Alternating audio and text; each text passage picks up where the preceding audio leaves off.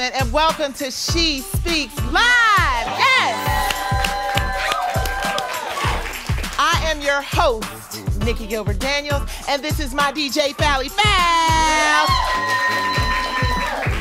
First off, I want to thank all of you for tuning in last week. The show was so much fun. And when I told you guys that I had friends that did a whole lot of talking, y'all think I talk? These ladies can talk. As a matter of fact, here's some highlights from last week. I think that when you put Pastor Jamal Bryant and Kanye West in the same room, you're going to save a lot of sinners. No, I'm joking. I'm not knocking him or anything. But you didn't even let me finish. The whole I'm just thing saying, though, is let's about... make that. This guy tried to break me in every way imaginable. He tried, but he did not succeed. I know that's right, baby. He did not. What makes it worse is that I had to do it in the public eye, and a lot of people didn't know that. As promised, lots of banter. And this week is going to be no different because we're going to be joined by Kiana Dance. And of course, we'll have Christine Beatty and Stacey J back with us. But before we get into our topic for the day, which our topic for today is angry black woman, fact or fiction. See, I got a little something to say about that. But before I get into it, something is missing. There it is. Hey, pretty girl, how are you? All right, come on here. Ladies and gentlemen, this is the soapbox, and I'm about to use it. All right. Issue number one, when it comes to the pay disparity in this country, African-American women earn, how much less than our white male counterparts? 39% less. 39% less. And our Latino sisters earn 47% less. America. We're paying Latin American women and African American women up to 47% less for the same work. It's not right. Nothing about it is right. In fact, in addition to this ridiculous pay gap, we are the #1 consumers in this country. How much money are we spending in this country every year? About $1.4 trillion. $1.4 trillion. And by the year 2021, it's going to be what, closer to 1.5 trillion? 1.5. Does that seem fair to y'all? Doesn't seem fair to me at all. I believe that this country owes us a little more equality. Y'all believe this country owes us a little bit more equality? Yes. All right, well, let me hear you then if you believe the country owes us more equality. Don't get to preaching. So what we're going to do here at She Speaks Live and AIB TV is we're going to make sure that the sisters are paid just as much as the brothers, all right? I'm going to make that call. And I hope that the United States of America follows our lead. I'm Nikki Gilbert-Daniels. I'm going to step up off this soapbox so I can get to what's next. But please, please, please support African-American and Latin American women because we deserve it. All right, I'm done. Getting off my soapbox. Thank you, beautiful. There's Vanna White and Vanna Black. I happen to have Chevy Black in the building. Let's give it up for Chevy Black. Okay, before we get into our hot topics, I'd like to highlight single mothers in America. One of my favorite single moms of all times is my sister Tisha J. Brown. She is a mother, she is a superwoman, she is a singer, and she has a play called I'm Still Standing. And tonight, you're lucky enough to hear an excerpt from that play, I'm Still Standing. Ladies and gentlemen, let's show some love for my sister, Tisha J. Brown. If I died tonight, who would really care? I mean, you know, there are so many ways I can do this. Let's see. I'm not sure exactly which tool I want to use. If I use this razor to slit my wrist, I got to make sure I'm hitting the right vein. Can't be a hit or miss. If I use this rope to hang myself, I got to make sure I kick the chair from under me just right so I can choke myself to death. Maybe I should try these pills so I can just sleep my life away. That may be better, so as I'm dying, I won't feel any of the pain. So many things to choose from, but I think I have found the perfect one. Why not just do it and get it over with? I'm tired of fighting these demons of depression. There's no more fight left in me to look at life as a blessing. I have lost everything, my job, my house, my car, my husband, and my family. So why should I waste any more time and keep living? Seems like the devil is having fun attacking me. He's having so much fun by attacking me constantly. I have prayed, No answer. I've gone to counseling, no answer. I've read books, taken walks, had talks, shop, popped pills, and still I cannot feel anything that is supposed to be healing me. So the best thing I know to do is to say goodbye to me and all of the people that I knew. So to all of you, I'm done. I'm gone. I've had enough of life being so tough. At my funeral, I just have one request of a song. Please do this for me. Can you tell the pastor to sing, I'm free. Praise the Lord. I'm free. No longer bound. No more chains holding me. My soul is resting. And that's just a blessing. Praise the Lord. Hallelujah. I'm free. Whether you agree or not, this is where my life had to stop. Whatever you do, don't judge me. I got tired of feeling like no one loved me. Depression is a true disease. I tried to fight it every day, but it just got the best of me. Make sure you be a voice for me. Tell people to speak up if they're under attack by this cruel enemy. Depression ain't no joke. It will strip you of everything and leave you with misery and suffering. So, depression had me down, feeling hopeless and bound. But look at me now. I'm still standing. Yeah!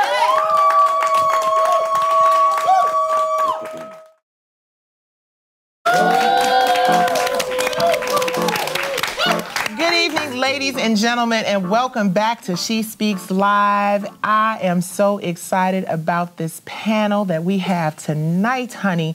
I'm your host, Nikki Gilbert Daniels, and to my left, she is gorgeous, beautiful, smart, and all things fabulous. She is the author of Date Girl, 143 Reasons Why Women Should Date Multiple Men. Give it up for Stacey J. Johnson. 143. Okay, 143.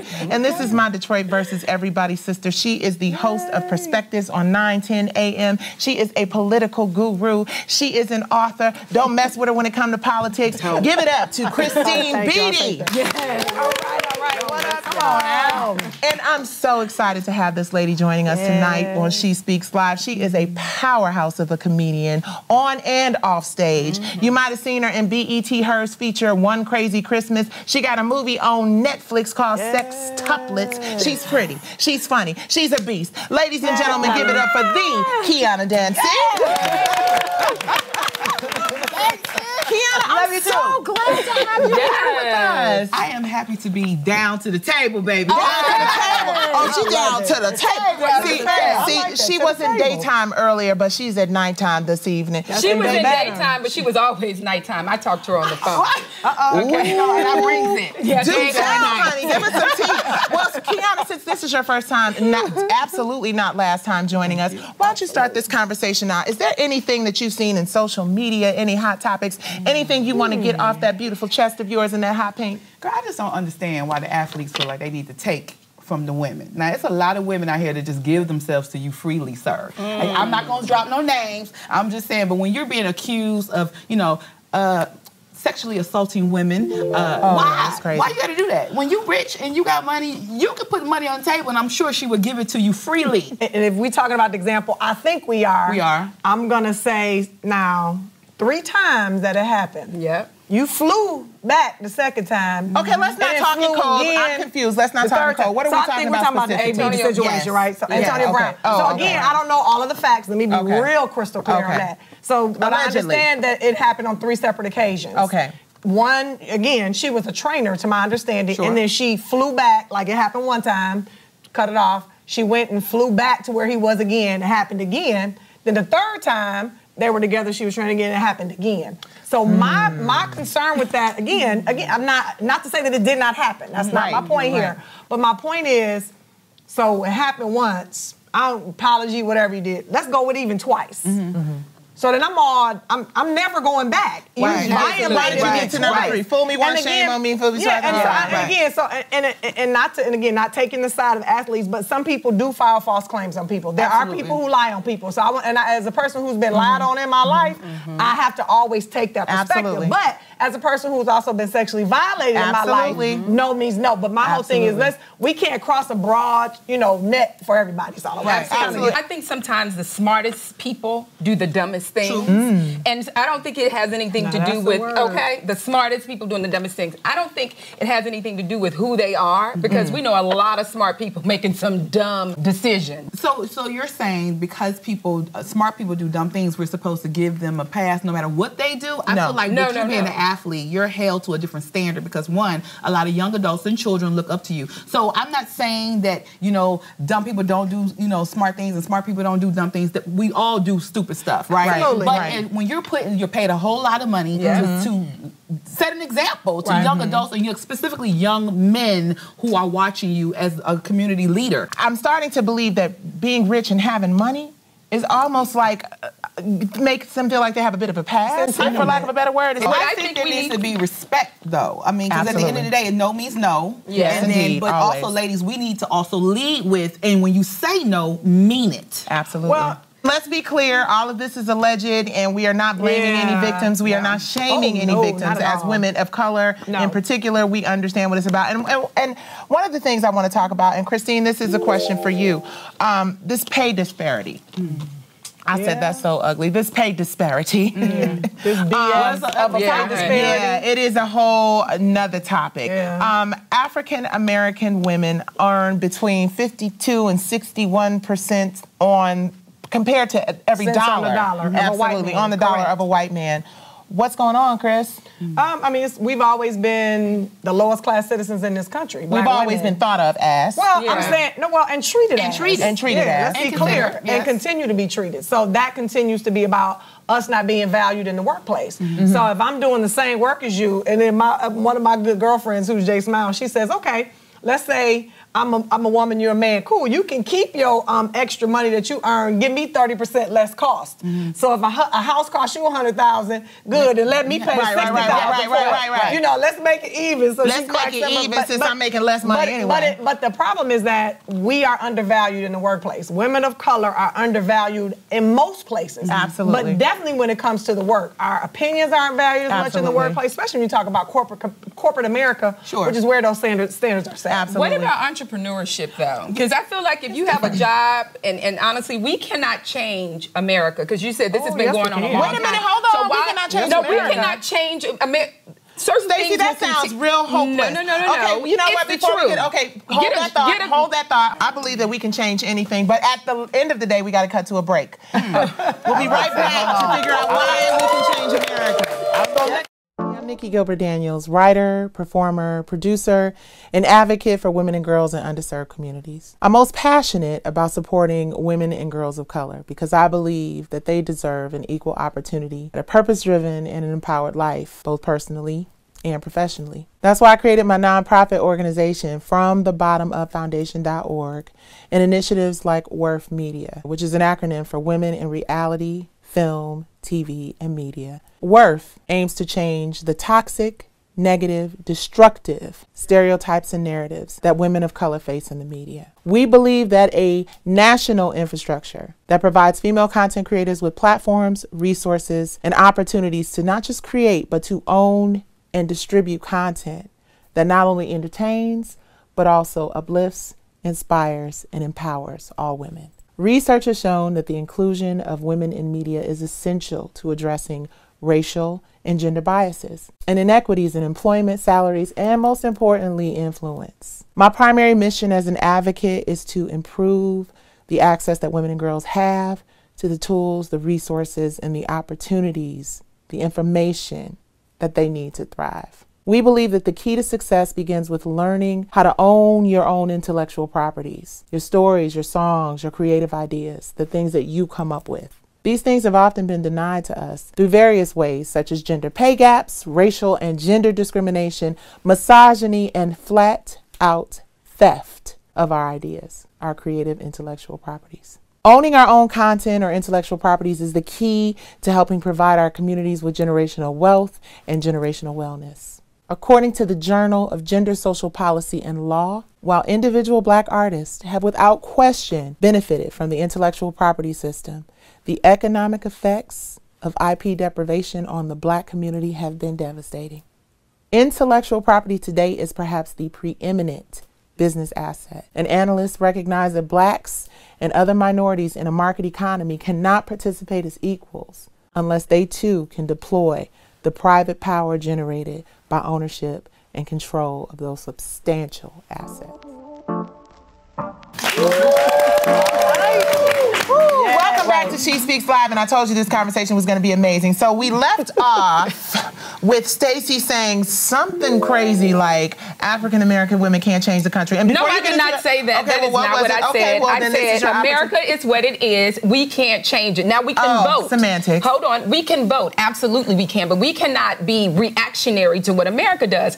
I say, hey, if you make less, and we know that's where the world is right now, go out and get yourself a side hustle to where you can become an entrepreneur to balance out that 52% or whatever you said. If you always are sitting at home being reactionary and responding to things. We're not always sitting at home because African American women are the fastest growing group of entrepreneurs, and in particular in Atlanta, the largest. But we're talking about inequality with pay. So what I'm saying is, if we're going to complain about inequality in pay and still be doing that, then there's something there's something isn't working. So are you saying just don't sit around and complain? I'm saying don't sit around and complain and be reactionary. I say this: we can absolutely have our own businesses and employ each other and pay us our worth. We don't have to necessarily go out and get a job with a pardon my phrase, a white man asking him for coins. Okay. We can well, go let me start say this. our own business. We can pay our sisters what they're worth, and then if you want to come work down here, we're going to pay you fairly. Absolutely. But we're not going to pay the white man more because he think he deserves it. So we're going to ask for what we're worth. Okay, absolutely, and we're going to give them what they're worth. I agree with that. Let me just say this point. Okay. When we talk about not getting a job working for someone, even as an independent television producer,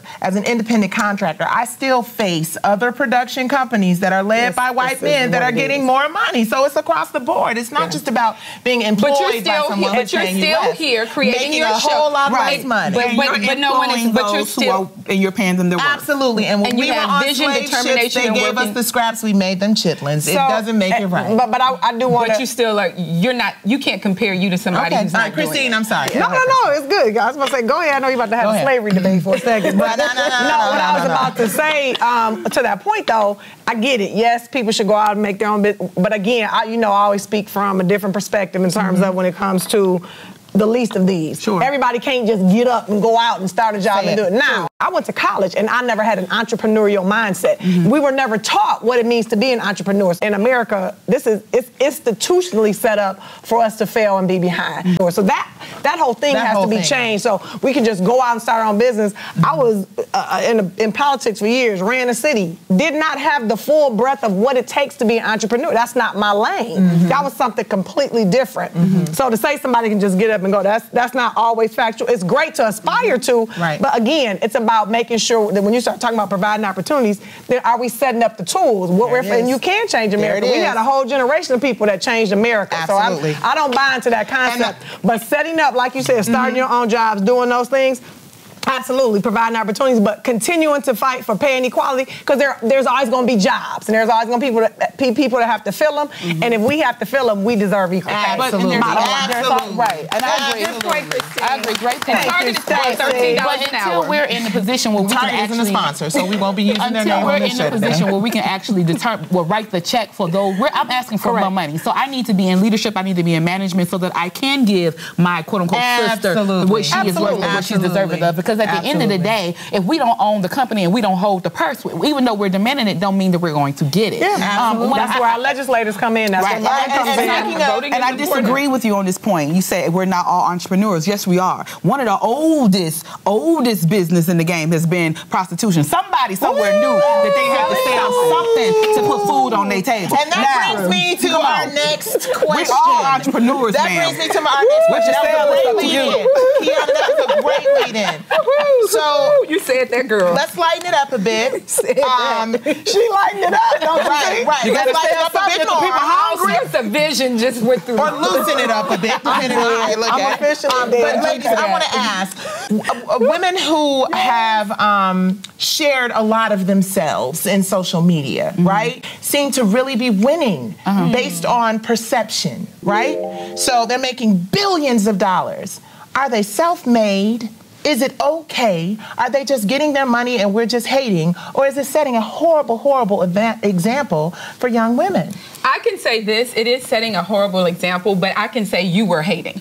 What else? What else have to say? Let me help you out, sis. Okay. What I think you're trying to say is sex sells, which we know to be true. But here's the thing. In this industry, and industries across the board, you got to show a little skin to get in. You know what I mean? Because I am not going to showing a smile little at skin to win. And so what happens is, you're seeing these, I can say thotties. We'll say thotties because that's what they refer to online. So some of the thotties, they take off their clothes. They're, doing it for likes. They're doing it for, to get booked. They're models. But we haven't seen them walk down the runway. They just down to the Instagram. You know what I mean? IG model. Right, IG model. So, unfortunately, that sends a very poor message to young women because young women think, oh, I got to do this so that I can get that. And, at the end of the day, I don't know if it's a win or a lose, but some of them do appear to be winning. When you think about Megan Thee Stallion, when you think about Cardi B, when you think about these women, and they're winning, and I listen to Cardi B all the time.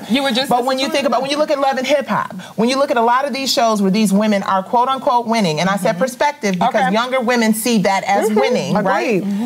It tells young girls that you have to show flesh. You got to shake that rump. You got to do X, Y, and Z in order to succeed. When I came up in the early 90s, that wasn't the case. My crew is rapping me right now, but we're going to come back and attack this issue of whether or not women in the media are winning by showing lots and lots of flesh. We'll be right back. Our community deserves the opportunity to participate as equals, and we don't deserve to have our preeminent business assets stolen or infringed upon. In an effort to bring awareness to issues impacting creatives and our ability to have meaningful participation in the properties that we create, I'm launching the Fight for Worth campaign.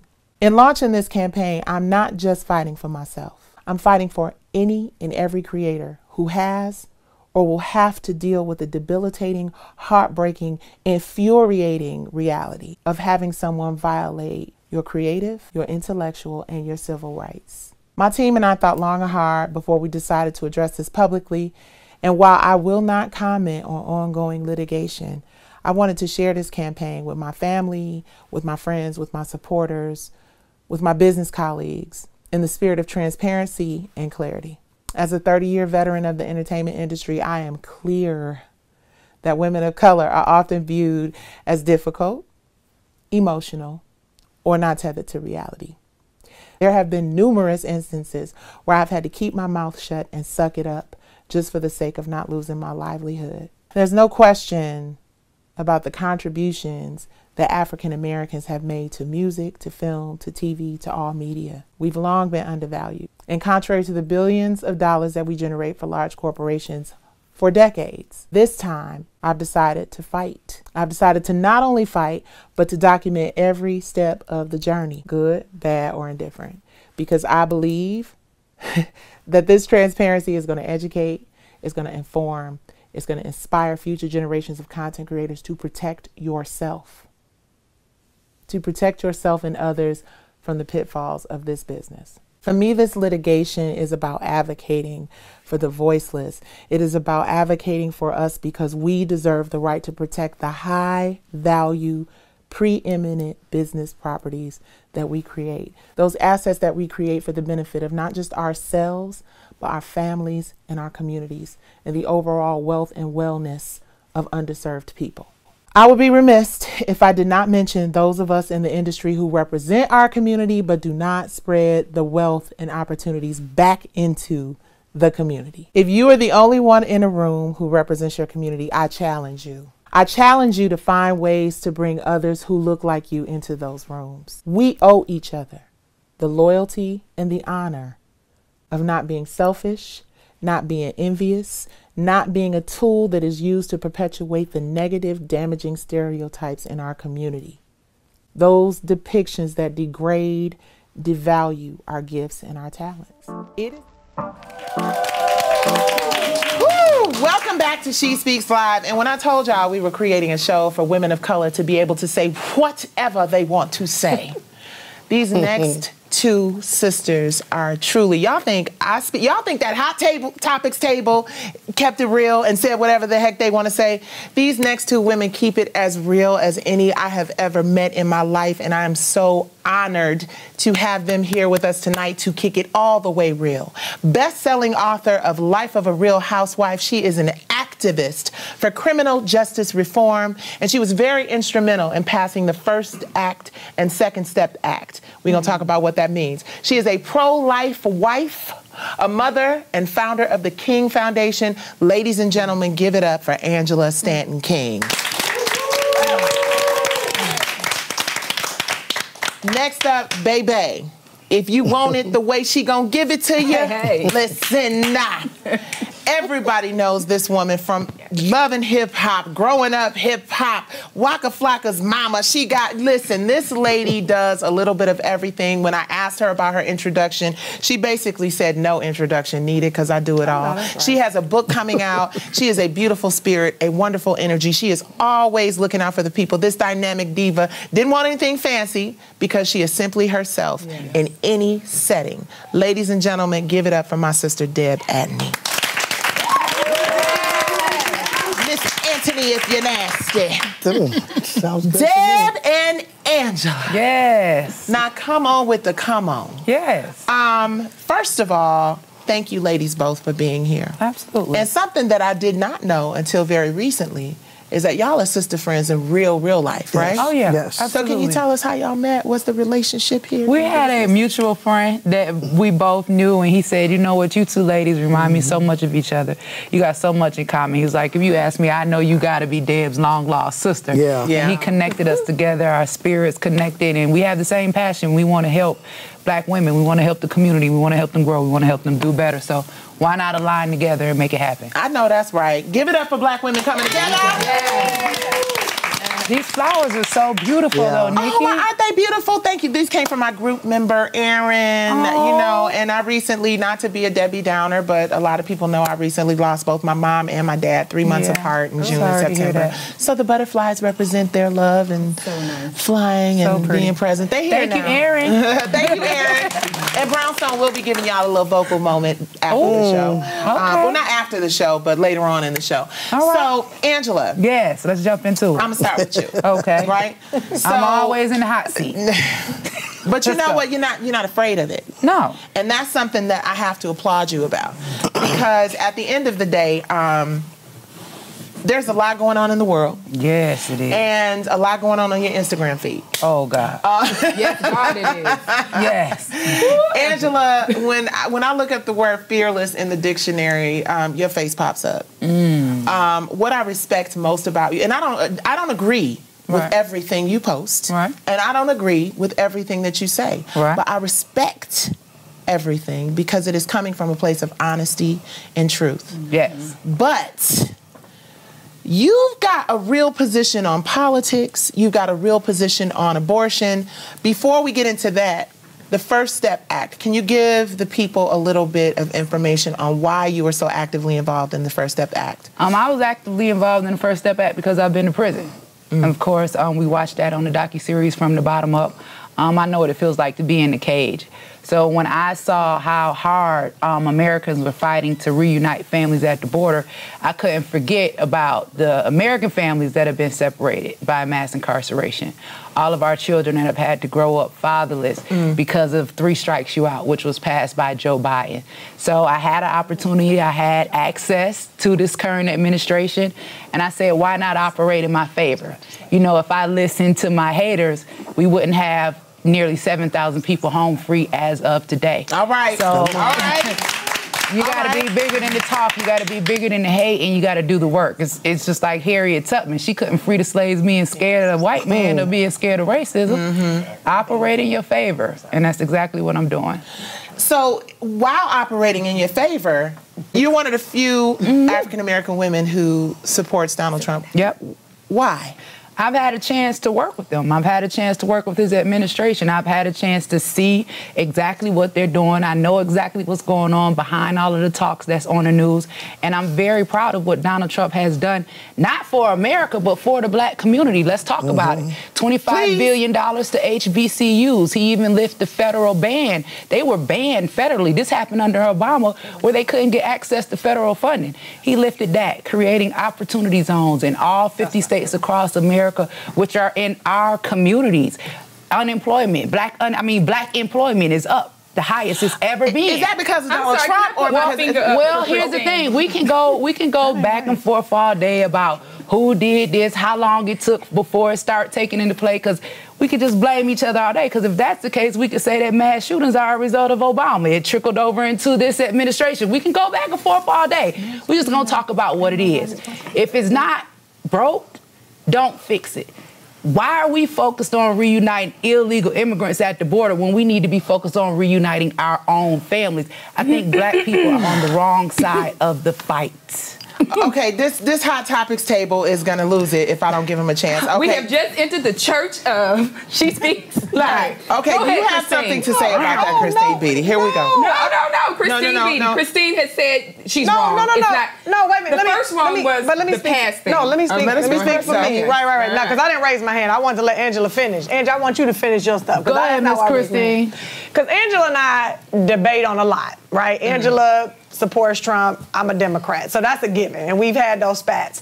For me, this is not about that. And Angela and I have talked about that because I absolutely support prison reform, 1,000%, and love the fact that Jared Kushner stepped into the administration, said this should be a center issue for the administration, and pushed it. But here's the thing where I always differ with Angela. Trump didn't start that. So the Prison Reform Act of 2015, which started that, which put all that out the gate, didn't go far enough when it came to like crack laws where you're in prison for 25 years for a gram, but you got a key and you get 6 months. So those types of laws didn't get fixed all the way under the first portion in 2015 under Obama. Said that, right? So it's a shared. Yeah, so and let's be clear. No Obama one didn't pass criminal justice. No one administration can take care of it. But let me finish. What did she say? She said tell what Obama didn't pass criminal justice reform. He had 8 years in office. He did Trump pass. did it within the first 2015 2. was the act that was passed. So but Obama didn't do it. He did. Obama hand selected. Now listen, we ain't gonna say Obama went in and hand selected. No, it's not about. No. Let's be factual. This is not about bad or good. In December 2018, what I know is, and what I witnessed because I was there, was President Donald J. Trump signing the First Step Act, which is responsible for helping free. Prison Reform Act in 2015. It may have been, but Obama didn't pass. Let's be real on that. So let's just say. You go on Google and find it out for yourself. The fact is that Donald Trump signed it, but he didn't necessarily. He wasn't solely responsible for the effort. Well, wait, let me he didn't have to do it. I mean, he's a racist and a white supremacist. Let them tell it. Why would he sign a law? Let them tell it. Why would he sign a law that affects 91% of the people that have been released from the First Step Act are black? And if people follow my page, they will see that. I share their stories all of the time. That's not something racists do. They don't let black men out of prison. They don't put it into abortion to stop killing black babies. They want us to kill our babies if we're going to talk about racism. I told y'all this conversation was going to get real. Let's be honest. Real quick, we got again, and me and Angela, like I said, I'm always about facts. No one person passes legislation. Joe Biden did not pass the legislation. Absolutely. Joe Biden was one of the people that introduced it. Trump Congress signed it. So it was a group effort, and congressional black members did not have to sign. Yeah, let's be clear. The bill was passed. Ladies, we got to cut to a break. I told y'all this was going to get funky. I want to know what Dan Abney thinks about this whole thing. And the facts are ladies, we'll be right back. We will be right back. Those are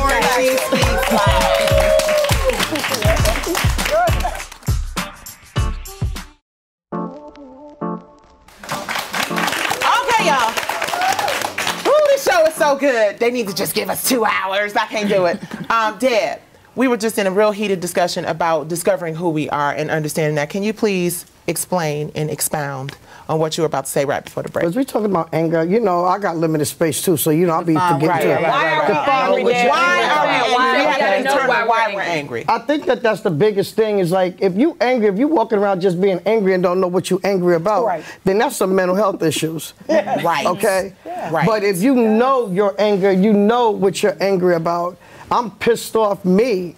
I'm pissed. You understand what I'm saying? I'm pissed that you can rob me and stick me up without a pistol, and it's okay. I'm pissed. Okay? Please explain what you mean by that. When I've done the work that I've done single-handedly as a black woman in this state, but everybody else has been glorified by the work that I've done, you damn right I'm angry. But I'm not going to let you rent space in my head for free. Right. Come on. But just know that it's back there, and there's a time and place for it. Say that.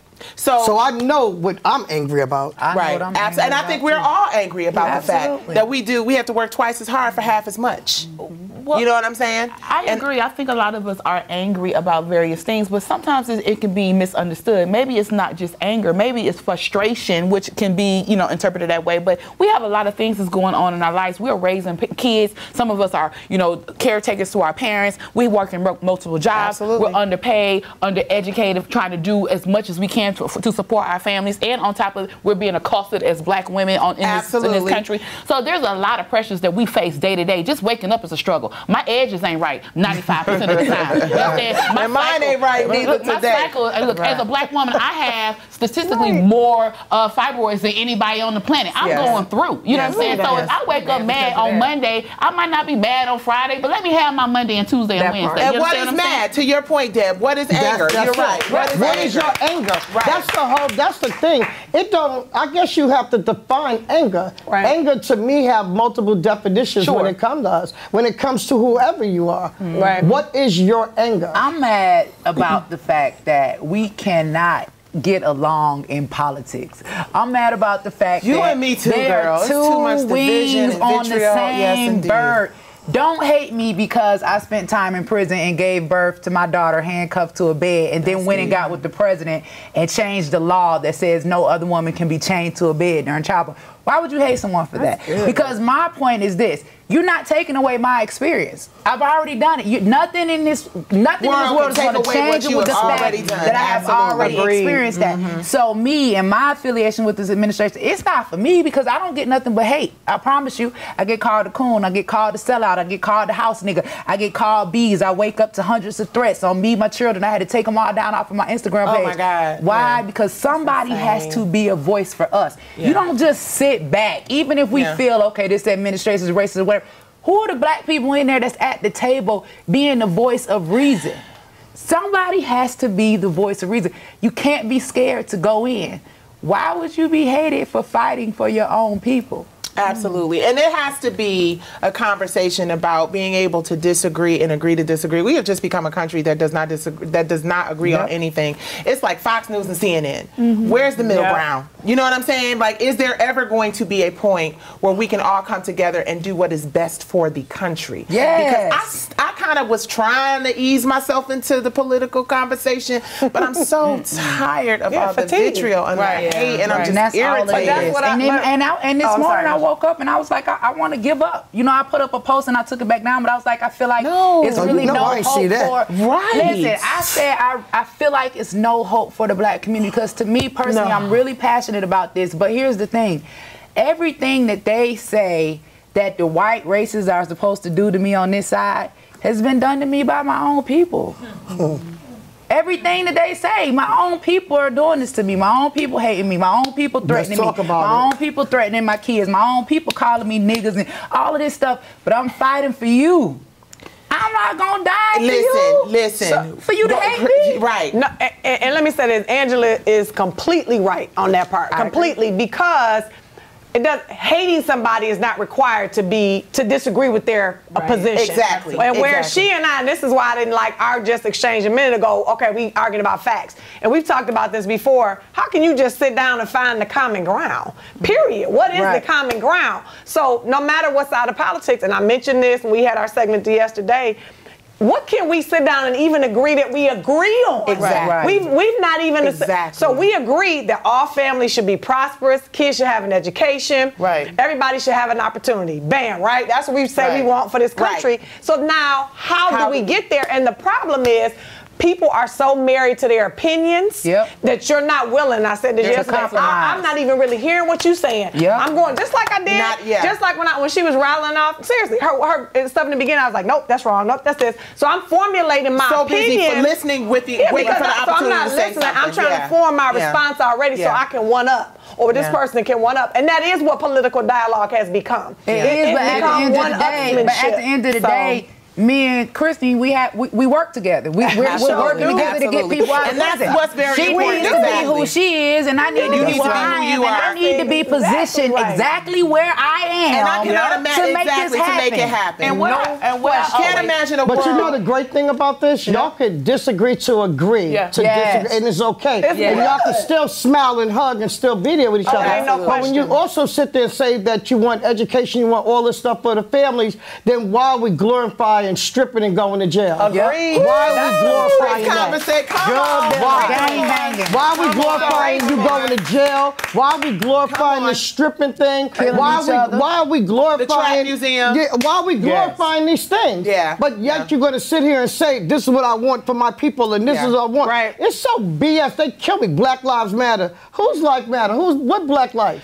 What black life matters, for real? They kill me with this stuff. It starts with one time it starts. Anything happens in the black community, black people start on one time and then guess what happened? The ADD kicks in. And I want to say one last thing. That's it. I want to say one last thing. We need to jump in front of criminal justice reform. We on the back end now trying to fight for these people to get them out. But what are we doing to keep them from going back in? Very, very not going at all. I don't even need you going at all. What are we doing in our community? One thing we're not. You've been to jail. You've been to jail. On that application, it's over with. I can't hire you because you've been to jail. But you paid your time. You did your dues already. You did school to prison pipeline. Education is where it's at. Let me just say that one thing. Let me just say that one thing, because what Angela said is true, right? Black people do to us what we say other people, it's no question. But we can't, and I say this all the time, yes, we have to address that, we have to fix that part. But we also at the same time have to hold other people accountable. When you talk about the prison to school to prison pipeline, I don't know if everybody just saw this.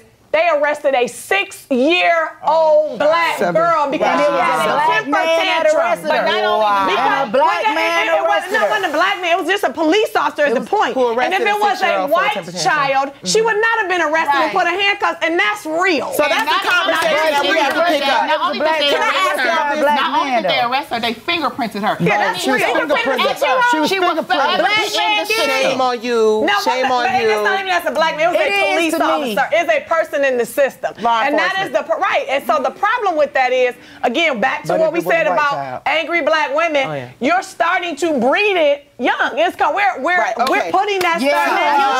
You understand what I'm saying? Listen, but we're also in a state with no mental health. Let's talk about mental health. There's no mental health. Mental health are prisons. Ladies, they're placing people in got to continue this conversation. Let me ask this question. Deb, will you come back? Yeah. Part of that, don't you understand? Angela, will you come back? Yes. Come on. Ladies, y'all are coming back. Yes. It ain't enough time for us to say what we have to say. I want to thank, before we do that, look, I got to give y'all the opportunity to plug what's happening next for you. Yes. Up next. American King Foundation, you guys, my organization. Make sure you guys follow www.theakf.org. And also, my new book is on the way, The Triumphant Fight for Life, My White House Experience. Woo. Wow. All right. Damn it. I'm just Deborah Antney, baby. You just Deborah Antney, just doing everything. Just I'm doing so much stuff. I want to thank my incredible panelists, speakers, Angela Stanton King, Deborah Antney, and of course my co-hosts Stacey J. Johnson, Christine Beatty, and Kiana Dancie. As you can see, we got a lot to say, and right here on She Speaks Live, we gonna say it all. Thank you to my studio audience and my producers. I'm Nikki Gilbert-Daniels, and this is She Speaks Live. I love and appreciate y'all so much. I can't wait till y'all come back for the next episode so we can finish this conversation, starting with prison reform. Thank y'all.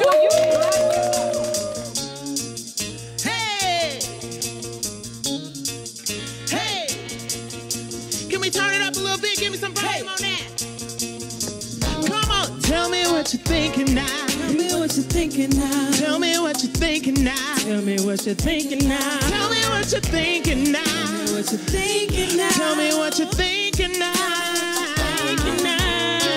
I can't believe the way you you talk to me. I don't believe what you just said to me. Is it the truth you really wanna leave? Is that the way you really want it to be? Is it that easy just to turn things off? Just run away no matter what it costs. Can't say I haven't felt the same way too, but don't think I'm gonna cry over you. If you think that I'm gonna cry, if you think that I'm gonna die, if you think I'll ask you why, better think again. If you think that I'm gonna cry, if you think that I'm gonna die, if you think I'll ask you why, you better think again. Not for some time I knew this day would come. Just by the way that you've been carrying on. You in the front, I'm in the back all night. You're saying prayers, but there's no kiss goodnight. Now I still wanna be loved by my man. I deserve to be held by my man. I still wanna make love understand. If not you, there's somebody who can. If you think that I'm gonna cry, if you think that I'm gonna die, if you think I'll ask you why, you better think again.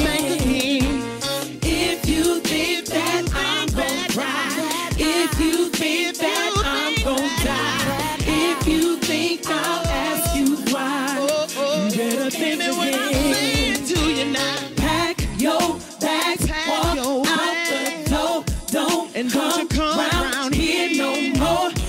I had enough of this, I'm over you. Pack your bags, walk out the door, don't come around here no more. I had enough of this, I'm over you.